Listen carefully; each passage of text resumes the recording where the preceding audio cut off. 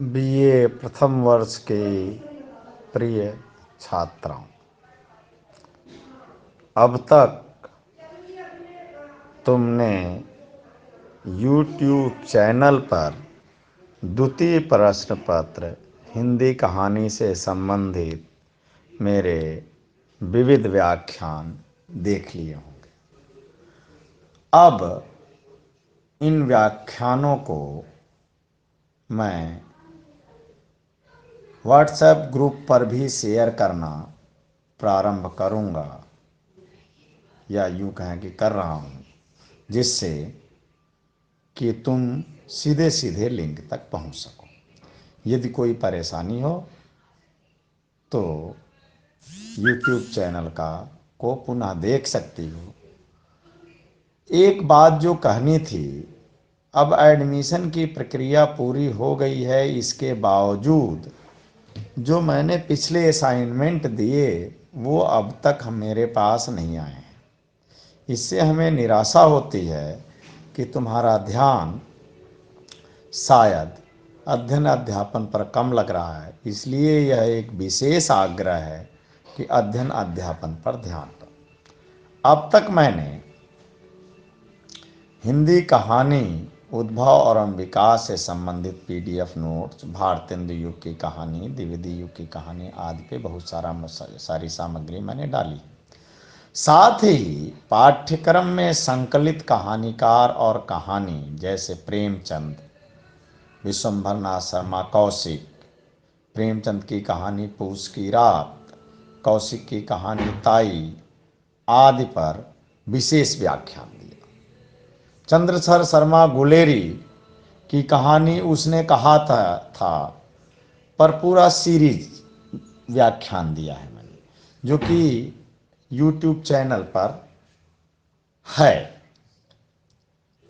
अब जिस टेक्स्ट की चर्चा करने में जा रहा हूं, उस चर्चा से पहले एक अवधारणात्मक बात आवश्यक हो जाती है। जैसे प्रेमचंद की चर्चा करते समय मैंने किसान और मजदूर की चर्चा की थी, और पूस की रात के प्रसंग में यह बताया था कि यह कहानी एक किसान के मजदूर बनने की गाथा है। इसे रामविलास जी स्थापित करते हैं ढंग से। मैंने उसका व्यापक विश्लेषण किया था और अनेक सीरीज में किया था। इसी तरीके से प्रेमचंद के संबंध में यह भी कहा जाता रहा कि वो आदर्शोन्मुख यथार्थवाद के रचनाकार हैं।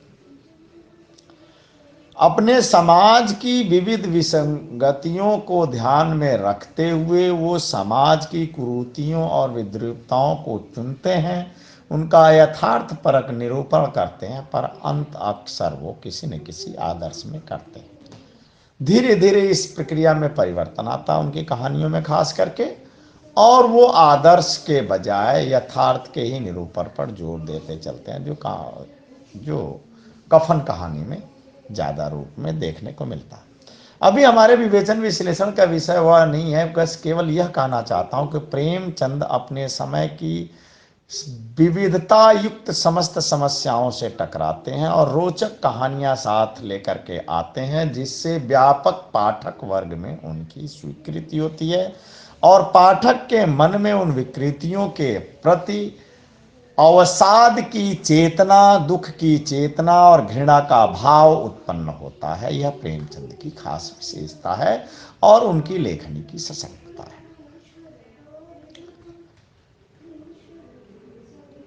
उनके लगभग समकालीन ही प्रसाद आते हैं। अन्य कहानीकारों के यहाँ अन्य चीजें आती हैं, लेकिन चूंकि हमें पाठ्यक्रम को केंद्र में रखकर बात करनी है, तो उस केंद्र में हम प्रसाद की चर्चा करते हैं। प्रसाद प्रेमचंद से अलग हटकर कहानी में आते हैं, और तुम्हें ये पता है कि प्रेमचंद मूलतः कथाकार यानी कि कहानी और उपन्यास के नाते जाने जाते हैं। जयशंकर प्रसाद अनेक विधाओं में सक्रिय और मूलतः कवि होने के नाते जाने जाते हैं। वो छायावाद के प्रतिनिधि कवि हैं, इस नाते वो जाने जाते हैं। लेकिन केवल कविता तक अपने को केंद्रित नहीं रखते, साहित्य की अन्य विधाओं में भी वो हाथ आजमाते हैं, जिनमें नाटक नामक विधा बहुत महत्वपूर्ण है।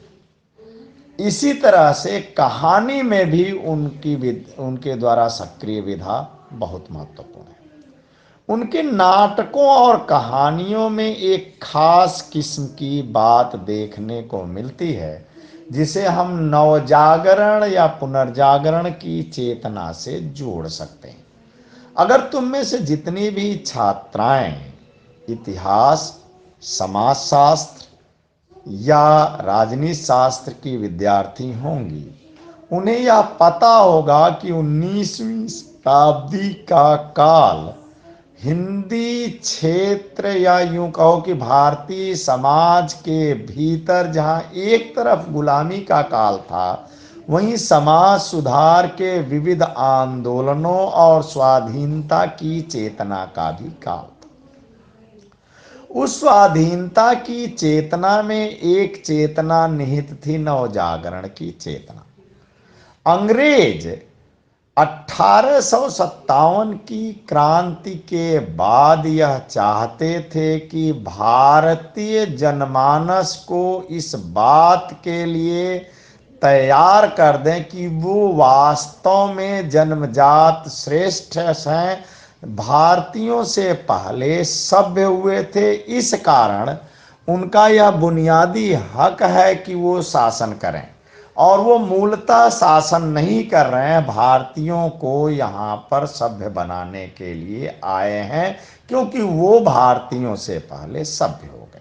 इस चेतना का प्रसार करने में लगे हुए थे, ताकि भारत के लोग मन से यह स्वीकार कर लें कि ये अंग्रेज हमसे सभ्यता, कानून, दायित्व, व्यवहार, वीरता, अब दुनिया भर की चीजों में श्रेष्ठ हैं, और जब श्रेष्ठ मान लेंगे तो इनके ऊपर शासन करना हमारे लिए बहुत आसान हो जाए।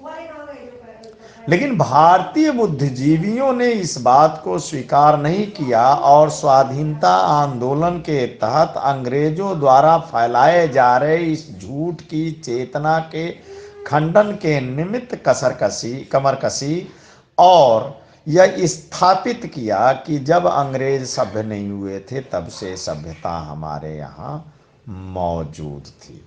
उस सभ्यता के भीतर से देश प्रेम की अवधारणा लेकर के वो आए, जिसे व्हाइट्समैन बर्डन की थ्योरी का खंडन किया जाता है, और उस खंडन के निमित्त दयानंद सरस्वती, राजा राम मोहन राय से लेकर के साहित्य के भीतर उस परंपरा का निर्वाह जयशंकर प्रसाद करते। इसीलिए जयशंकर प्रसाद अपने नाटकों और अपनी कहानियों में पुराने पन के उस अतीत को, स्वर्णिम अतीत को लेकर के आते हैं, जिसके द्वारा आज के स्वर्णिम स्वरूप को हम देख सकें, अतीत के आईने में अपने महत्व और स्वाभिमान को देख सकें, और भविष्य को बनाने के लिए वर्तमान से लड़ सकें। उस लड़ाई में, यानी कि स्वाधीनता की चेतना में, सबसे आवश्यक लड़ाई है कि मन के भीतर देश प्रेम का भाव। यह देश प्रेम एक ऐसी चीज है जो बहुत सीमित अवधारणाओं में नहीं चलती है। यह व्यक्ति द्वारा व्यक्ति के प्रेम में, यानी स्त्री द्वारा पुरुष के प्रेम में, या पुरुष द्वारा स्त्री के प्रेम से जुड़ते हुए देश प्रेम तक भी पहुंचा जा सकता है। उसके लिए प्रेम की गहनता, सात्विकता और उसकी एकांतिकता अधिक महत्वपूर्ण है। एक तरफ यह है, लेकिन अपने प्रेम में पाने वाले सुख को हम देश के प्रेम से ऊपर नहीं कर सकते, और जब देश प्रेम और व्यक्तिगत प्रेम के बीच एक को चुनने की नौबत आए, तब द्वंद्व बहुत भयानक हो उठता है। इस द्वंद्व पर विजय की कहानी का नाम पुरस्कार कहानी है, और इस पुरस्कार नामक कहानी में जयशंकर प्रसाद अपनी उत्कृष्टता के आयाम उपस्थित करते हैं। यह काम उन्होंने नाटकों में बहुत ढंग से किया था।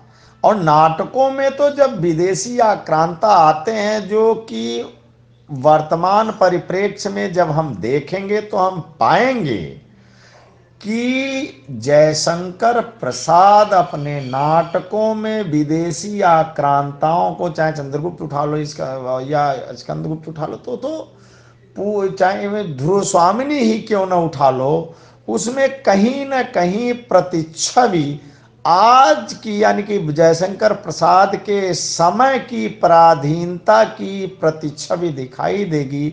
उसमें अंग्रेज दिखाई देंगे आक्रांता के रूप में, शासक के रूप में, जिससे भारतीय मनीषा निकलता है। दूसरी जयशंकर प्रसाद की एक और खास बात यह है कि वो अपनी चेतना के भीतर तमाम कुरीतियों के निवारण के लिए अतीत की कहानियां, इतिहास की कहानियां भी लाते हैं। जैसे ध्रुव स्वामिनी है, कायर और क्लीव पति को रखा जाए या त्यागा जाए, इसकी दास्तान, इसका विवाद, इसका विमर्श आधुनिक काल में चलता रहा। बहुत सारे लोग इस तर्क से सहमत थे कि पति चाहे जैसा हो, उसके साथ निर्वाह करना एक स्त्री की नियति है।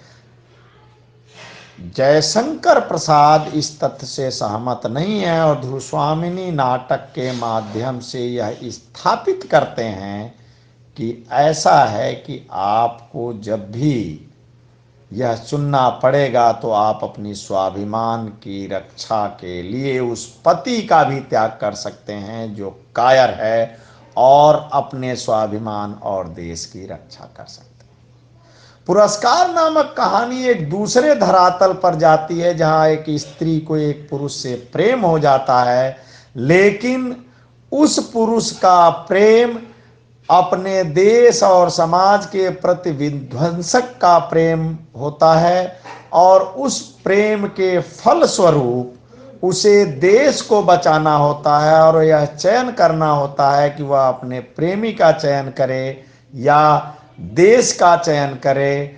तो वह देश को बचाने के निमित्त सबसे पहले अपने प्रेमी का त्याग करती है। प्रेमी का त्याग करने के निमित्त वह जब देश और देश के शासक का साथ देती है, तब उसका वह देश प्रेम और स्वाभिमान उभर कर सामने आता है, जो बड़े बड़े सूरमाओं के ललाट पर पसीना ला देता है। दूसरे की भावनाओं से खेलना, दूसरे पर आक्रमण करना आसान है, अपने ही भावनाओं के द्वंद्व से उबर कर देश और समाज के प्रति कर्तव्य का निर्वहन करना बहुत ज्यादा कठिन है। और इस कहानी की खास विशेषता भी यही है। अधिकांश समाज के लोगों को की एक विशेषता और होती है। बहुत सारे लोग सोचते हैं कि अगर किसी ने देश के प्रेम के कारण अगर किसी को आगे बढ़ाया है या उसको उसकी बलि दी है, चाहे वो अपना घनिष्ठ क्यों न हो, तो वो देश के प्रेम के साथ उस दुश्मन जिसको आगे बढ़ा करके देश प्रेम की बलिवेदी पर चढ़ाए, उससे कहीं ना कहीं घृणा भी होगी या प्रेम भी होगा, तो भी उससे दूरी वो चाहेगी। और उसके इस त्याग को अतिरिक्त त्याग मानते हुए पुरस्कृत किया जाएगा।